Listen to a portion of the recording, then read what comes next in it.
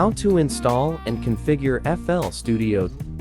Hello everyone, I think some of you for the first time decided to install this program in which you can make music tracks without any problems. While using it, the question will arise, how to optimize it so that there is no crackling in the sound, and also where to find installed music plugins. We will talk about all this with you today. Therefore, friends, give your wonderful like so that YouTube will be more willing to recommend this video to others. And also click the subscribe button so as not to miss interesting and useful content.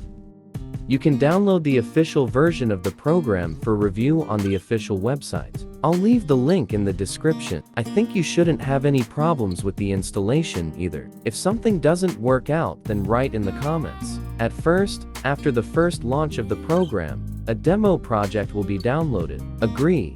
This is a cool option because you can not only see what tools are used there, how everything is implemented there, and also listen to the sound on your computer. But if you have a weak computer, freezes and artifacts are possible. While the project is opening, right in the comments, where did you learn about this program? I think it will be very interesting not only for me, but also for our subscribers, and who has been working in FL Studio for more than 1 year. Write why you liked this editor. If you have actually never opened FL Studio before, I have a separate video tutorial on how to use this program and start writing music from scratch.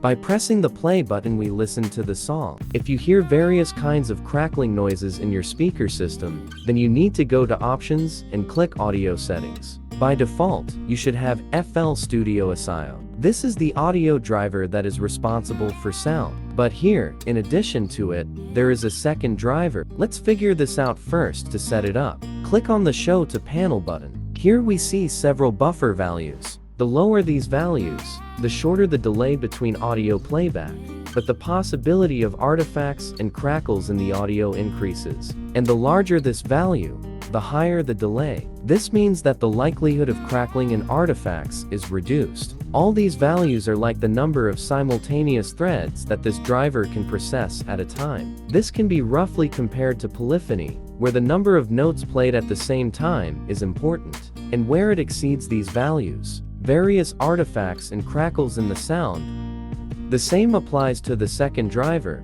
which is called ASIO All. But here, you will have to experiment and see which driver gives the best result. Here the buffer size is adjusted with a slider. Accordingly, moving it to the left the value will decrease, and moving it to the right, the delay will increase. Of course, if you have a lot of musical instruments, then it is best to increase the buffer value. But if you are working with a MIDI keyboard, then of course, it is better to lower this value, since the response speed of the keys will be lower. Accordingly, it will be easier for you to play, since the delay when pressing a key should be minimal so that you can play more comfortably.